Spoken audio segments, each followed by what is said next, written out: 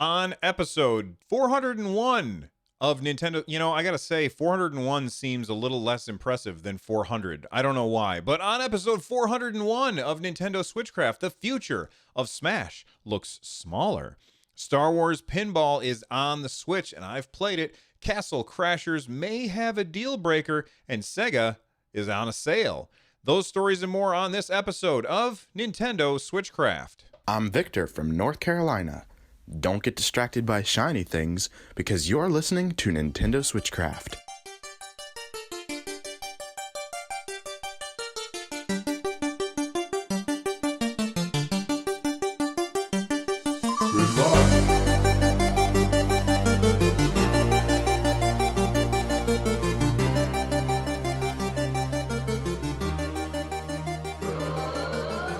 Hey everyone, welcome back to Nintendo Switchcraft, your source for all the news Nintendo related. It is brought to you live every Monday, Wednesday, Friday, and Saturday, and you can tune in live over at twitch.tv/runjumpstomp. This episode of Switchcraft is made possible by patrons like Ben T. Get Switchcraft and my other content ad-free for as little as $1 by joining us over on the Patreon, over at patreon.com/runjumpstomp. You can also leave a voicemail for the show like you heard at the top by heading over to runjumpstomp.com runjumpstomp.com/voicemail from any device, and I may even play it on the show. Just a reminder that every Saturday in September, we are giving away eShop gift cards. And if you want to be part of that, go to runjumpstomp.com/giveaway. This week, the winner was J787. So thank you to them for participating. And again, runjumpstomp.com/giveaway for more information on how to join. Shocking pink, it's new Miss Pac-Man Marshmallow. She's got a shocking pink. Oh. All right, let's start off. We've got a lot to talk about today. I'm going to be very surprised if I can get this in under 30 minutes. But hey, knock on wood. Let's start with Mega Man. We've got this tweet from @MegaMan. I didn't know he had a Twitter account. But anyway, he tweeted out 6 games, 5 heroes, 2 series, 1 cartridge or disc. Grab Mega Man Zero ZX Legacy Collection at retail for Switch, PS4, or Xbox One in North America starting January 21st, 2020, and get all 6 games plus Z Chaser with no additional downloads required. Now, I gotta say, does that mean that Capcom is finally learning? Like, we have had a lot of Capcom screwing this up recently, and it ticks off a lot of people. We had the same issue with Resident Evil, where Resident Evil shipped with, I can't remember which one. I think it was Resident Evil Revelations. 1 and 2 were supposed to be a cartridge, and only 1 was on the cartridge, and you had to download 2. And then we ran into a similar issue where Mega Man Collection, not the ZX Legacy Collection, but the Mega Man Legacy Collection, I think either 1 or 2 only had some of the games on there, and the rest had to be downloaded. But it seems like possibly that Capcom is learning from their mistakes. So, we all yelled at Capcom about, the way that they did this before, and now they're doing it right. So it's only fair that we applaud them and tell them, great job, this is what you're supposed to do. Because, it shouldn't just be about negative reinforcement. It should also be about positive reinforcement. And when a company does things right, we should let them know. So make sure that you tweet @MegaMan. Thank you for including 6 games, 5 heroes, 2 series on 1 cartridge, because that's how it should be done all the time. I'm excited about this. And honestly, I'm not a huge Mega Man guy. I'm much more likely to take a chance on this because of that, and to reward them for doing things, in my opinion, the right way. So I think great job, Capcom, for doing it right. Let's talk about Smash. Smash Ultimate, it earned that name. It absolutely earned the name Ultimate. It is the ultimate version of Super Smash Brothers. It has every character that's ever been in the series. It's got new characters. It has new characters that are continually coming. Like they announced at the most recent Direct that they were going to continue bringing new characters to Smash beyond the Fighters Pass DLC. And we don't know what that's going to look like. Will it be another Fighters Pass, or will they sell them piecemeal? We don't know. But, I don't know how many characters are in the game now. I think it's got to be like 85 or something, like maybe 84, because we still have one fighter left to unveil. But there's so many characters in Smash Brothers that I can't imagine the difficulty that it must take in order to not only design how all of these characters will behave in Smash, but it also has to be really hard, not just figuring out how they will all work, but how to balance them in order to make it so that they're, whoever you want to play is viable. And I will say this, there's always people out there who only play meta. And when I say meta, if you're not into this kind of stuff, then you might not know what meta is. Meta is the meta game where you want to have the best characters. So, these set of characters are considered top tier, and then these characters are considered mid tier, and then these are considered lower tier characters. And there's always going to be people who will always just play the meta. They will only play the characters that are considered top tier, which I think is a mistake, because you can miss out on some really fun character interactions that way. But that doesn't mean that you can't play a low tier character and come in and win it. Like there was, I'm not sure how long ago it was. It was quite a long time ago. But there was a girl, I think she was 14, and she went to a Smash tournament, and she played a lower tier character. I believe it was Isabelle. I could be mixing up my stories though, but I believe she was playing as Isabelle, and she beat the champion. And of course, the horrible heels that are out there immediately attacked this girl for daring to compete in a tournament that is, just for sweaty nerds. And I'm not insulting the people who are in the tournament. I'm insulting the people who act like morons because a girl won the tournament. Like that's where my problem is. So I'm just as sweaty of a nerd as anybody else, but for people to lose their cool about this, I'm getting distracted. I shouldn't even be talking about this because I covered this on a previous episode. I don't need to talk about it now. She came in with a low tier character and won. So, but there's always going to be this tier of this is the meta game. These are the characters that are the best. And it's got to be really just about impossible to balance that so that every character is fun and has a good chance of winning in a fight against any other character. And Mr. Sakurai, who is the head designer of the game, he said, he was quoted recently as saying, above all else, though, Smash Brothers is pretty exceptional on its own by having every fighter from previous entries return, not to say nothing of the record-setting number of collaborations in terms of spirits and the music tracks used. Ultimate is absolutely unprecedented.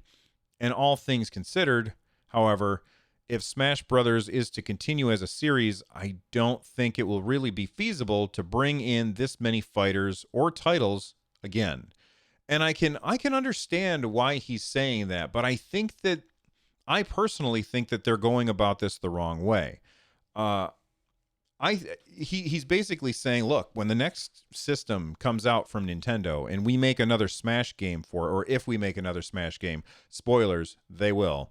If we make another Smash game for it, we can't possibly bring in all of these fighters. And what I have to say about that is, don't change anything. Just bring in the next Smash game. Have it be this Smash game. Have it be Smash Brothers Ultimate. You have made the ultimate version of Smash. Simply update that version for the new system. This is no different than an MMO. So World of Warcraft has been around for 15 damn years. 15 years that game has been around.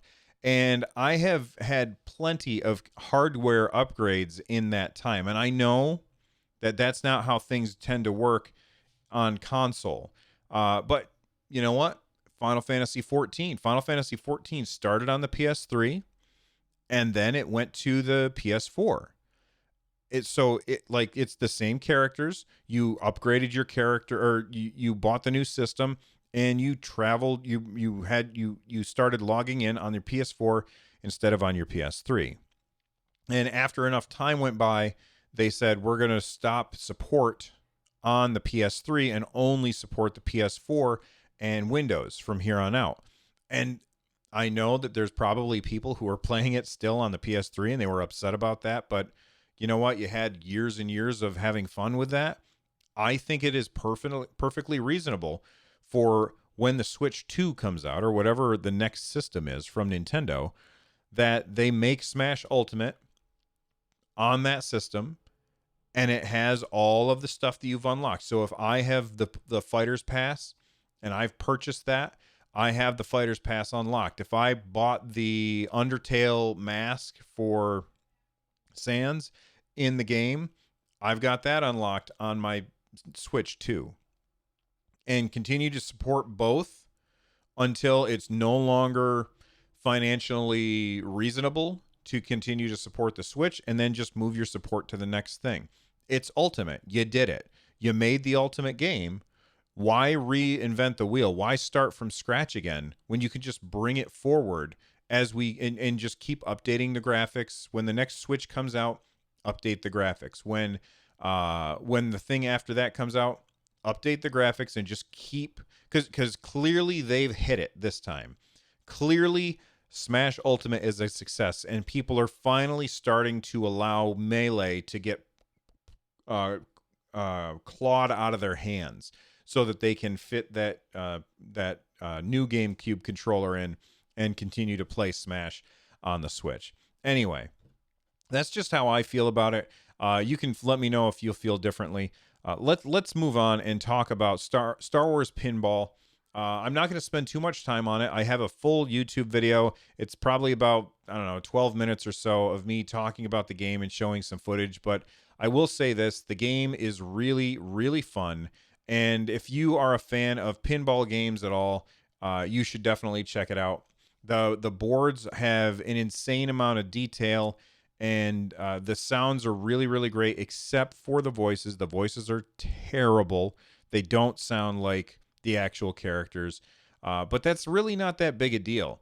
It's just a fun game, and if you're not sure, because it is $30, if you're not sure if you should check it out or not, check out my full video that explains everything about the game. I really feel like I didn't even know that this was out until I saw somebody tweet about it, and I reached out to the people I know at Zen Studios and said, hey, can I get a copy of this? And they said yes. It's really good. It's fantastic. And if you like pinball games, you're going to like this one, especially if you are a Star Wars fan. But if $30 is scaring you off, then what I would recommend that you do instead of running out and getting this is pick up Zen what is it? Pinball FX3, also by the same company. It's really good. It's free, and you should definitely check it out. It's awesome. So there's that. Nintendo also tweeted out, or actually, you know what I'm going to do? I'm going to take a quick break. We're going to hear from a sponsor, and when we return, we're going to talk about Mario and Sonic at the Olympics. Stick around. Now I know how you're spending the holidays, watching Nintendo. All right, so we're watching Nintendo here, and Mario and Sonic at the Olympic Games, Tokyo 2020. I'm not interested in this game at all, but they keep adding in more things to make me maybe change my mind. So now they have these all new things called dream events, which are not like actual sports, but instead like they've got hoverboards and stuff like that, which is weird and awesome. And like, how many different games are they packing into this particular game? It looks really fun. All of these weird things. They've got Dream Karate, which I don't know what that means. Dream Shooting, hoverboards. With the Dream Karate, you're fighting on like this weird light up level that I don't know what that means. But it looks cool. And every single time that I think, okay, I don't really care about this game, because I don't, they keep showing me reasons why maybe I should care. And I just thought that I would point that out to everybody. If you want to check out the video itself, go to runjumpstomp.com. This is episode 401 of Nintendo Switchcraft. And you can see the link in the show notes there. Bowza13 in chat says it's going to be the Wii Sports and Carnival games in one with Mario and Sonic. I know, it looks compelling. I'm not excited about it, but they keep like tempting me just a little bit. All right. I want to talk about a game that I thought was tempting and now I'm really upset about, is Castle Crashers. I just saw this post on Reddit, and it says, PSA, in Castle Crashers on Switch, only player one's progress is saved in local multiplayer. This is according to an interview with the developers. The interview was by Switch Ups, which I don't know who that is. But they said only players one's progress, i.e. level and stats, is saved when playing in local multiplayer. This could potentially be a huge hindrance to anyone you play with in couch co-op. Supposing you don't go through the entire game in a single sitting, they will immediately be placed at a disadvantage whenever you continue your adventure. This is pretty frustrating to hear because this wasn't an issue on the Xbox 360, which I'm sure is where a lot of us played and fell in love with this wonderful game. Hopefully this gets patched in an update. In the meantime, buyers beware.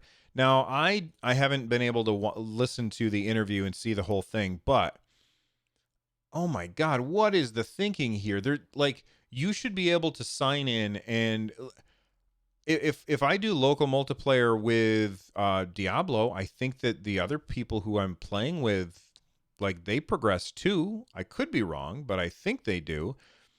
But being like, why? Okay, I'm having trouble getting my words out because I'm so surprised by this. So if me and 3 other people sit down to play Castle Crashers, and I'm player one, and we all like play for a couple hours together, and then we turn it off, and we're all like level 10. At the end, we turn it off, and then the next day we sit down to play again, and we turn it on. Only I'm level 10. Everybody else is level 1. That is nonsense. That is absolute nonsense. So I don't know how Castle Crashers works because I haven't spent very much time with it.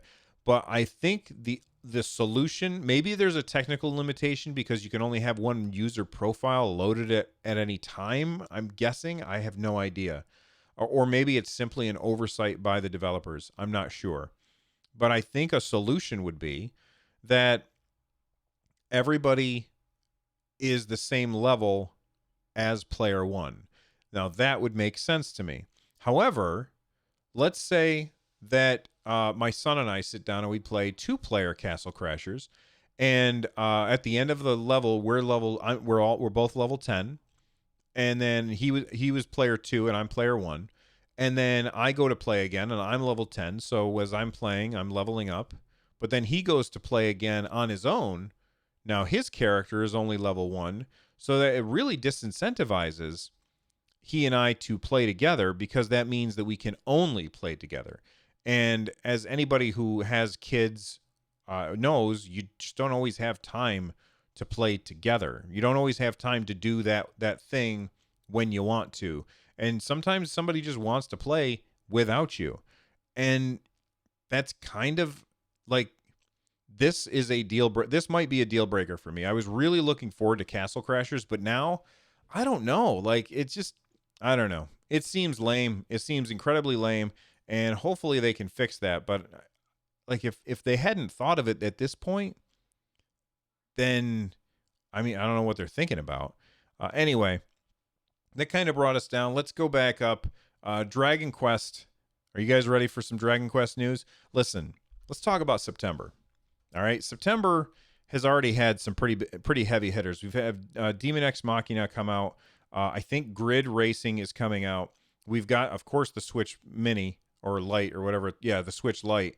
And then we also have the new Zelda game. September 27th, we have Dragon Quest XI S.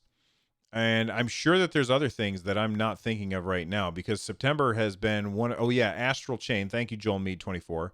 Astral Chain also came out. And, well, although technically that's August because I think it was August 31st, but you get the picture. Like, all these games are September, right? And Square Enix is like, hey, you know what? You know what would be really cool is if we brought Dragon Quest 1, 2, and 3 to North America for the first time on console and Europe.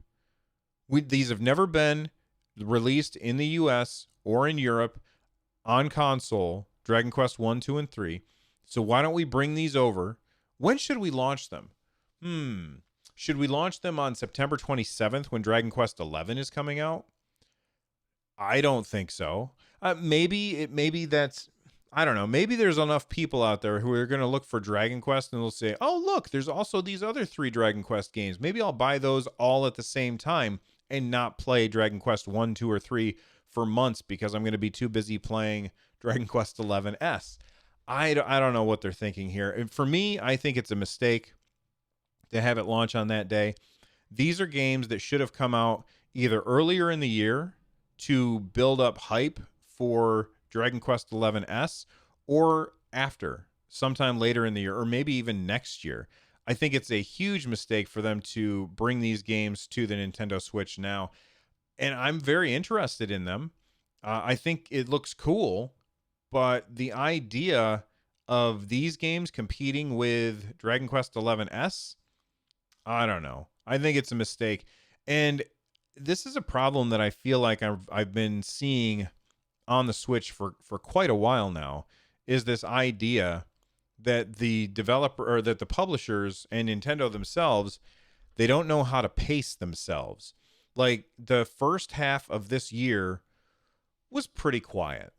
There really wasn't all that much to play. And that's fine because we still had plenty to play from last year. But the first half of 2019 was really quiet as far as games to play, or at least big games to play. And then the second half of 2019 has just been insane, and you just can't possibly keep up with it.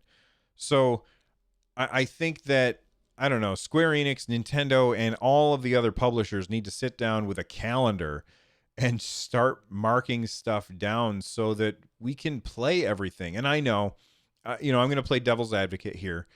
Bill, you don't have to play everything the day it comes out. You're right. I don't have to play everything the day it comes out. But to have long stretches of time where very few games are coming out, and then long stretches of time where there's so much coming out, that's just crazy. iCase81 wants to know if that is collusion. I don't know. Like, I don't know the legal terms for them to not compete with each other. I have no idea. But I'm going to use movies as an example.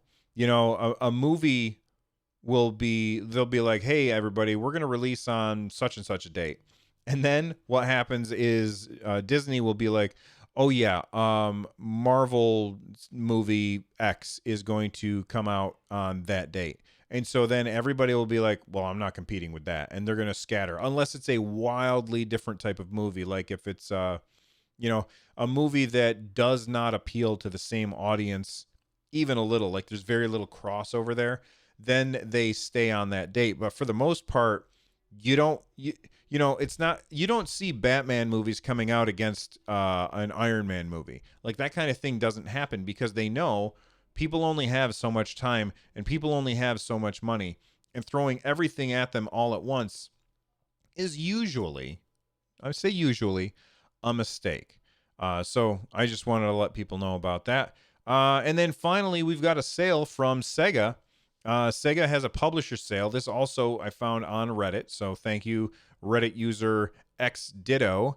They found that some games are up to 50% off. The sale goes until September 23rd, so that gives us some time to decide what we're going to buy. And let's take a look at what we've got. We got Sonic Mania. Listen, guys, Sonic Mania is an amazing game, and if you have not picked up Sonic Mania yet, it is just wonderful, and you absolutely should.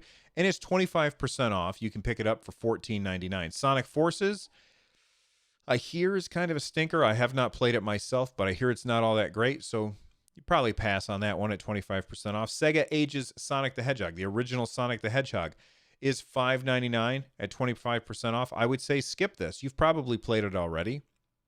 And you're better off getting the Sega Collection, which would have a lot more games in it. And you have Sonic Mania if you really want to play a Sonic game. So that's my my advice there for you. Puyo Puyo Champions.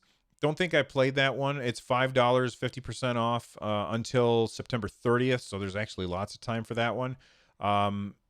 Cool. I haven't played that one myself. I do like Puyo Puyo games, but I personally prefer Tetris more.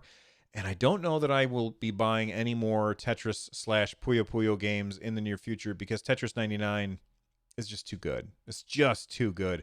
And I can't see something else competing with it. Valkyria Chronicles 4 is a really good game. I played a lot of the first one. Not as much of the fourth one, just because I was swamped and didn't have time to get through very much of it. But what I played was really good, and I adore the Valkyria Chronicles franchise. So if you don't know what kind of game that is, it's basically it takes place in like a fictional World War I setting, but it's not really World War I. It's like some other place or whatever, and it's very, very World War I-esque.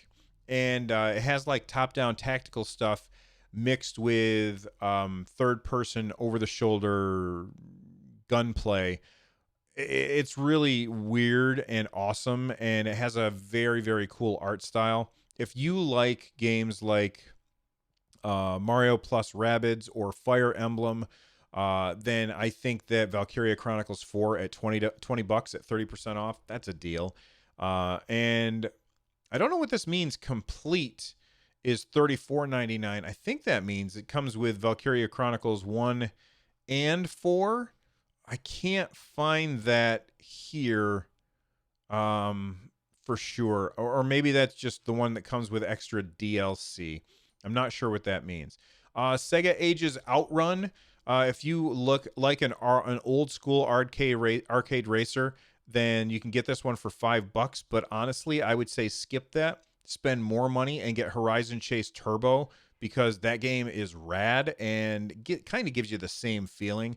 But if you insist on having that old school pixelated fun, then $5 at 25% off seems like a good deal. Sega Ages Phantasy Star is really cool. I have this game. It's Phantasy Star, but what they did is they added in like auto mapping features and stuff like that in order to make the game just a little more palatable to people who don't have as much time. It's awesome. Rock of Ages 2, I don't know anything about that. And then Team Sonic Racing is 50% off at $20. I'm not super excited for that because I've got Mario Kart, and Team Sonic Racing to me just always seemed like poor man's Mario Kart. But there you go. Those are games that are on sale through Sega Publisher. I think there's some real gems in there that you should check out. But now you know, and knowing's half the battle. Go Joe. Let's wrap up the show. Become a part of the community over at runjumpstomp.com/Discord. You can also watch the show live over at twitch.tv/runjumpstomp. Get a hold of me through email at runjumpstomp@gmail.com or on Twitter at runjumpstomp. This show is part of the Giant Size Team Up Network, and for more information, check out gstu.net. Speaking of which, right after the show, I'm going to host my friends over at GSTU Media on Twitch. They are currently playing a whole bunch of Borderlands all day long. So just if you're watching live, stick around. And if you're listening to this later, make sure you go to their Twitch channel and follow them. If you are looking for ways to support the show, stop by runjumpstomp.com/thank-you. And for more content like this, go to runjumpstomp.com/shows. The music you're hearing right now is Cornelia Star Fox Remix by Noteblock. Thank you all for hanging out with me. I will see you next time. Until then, stay rad.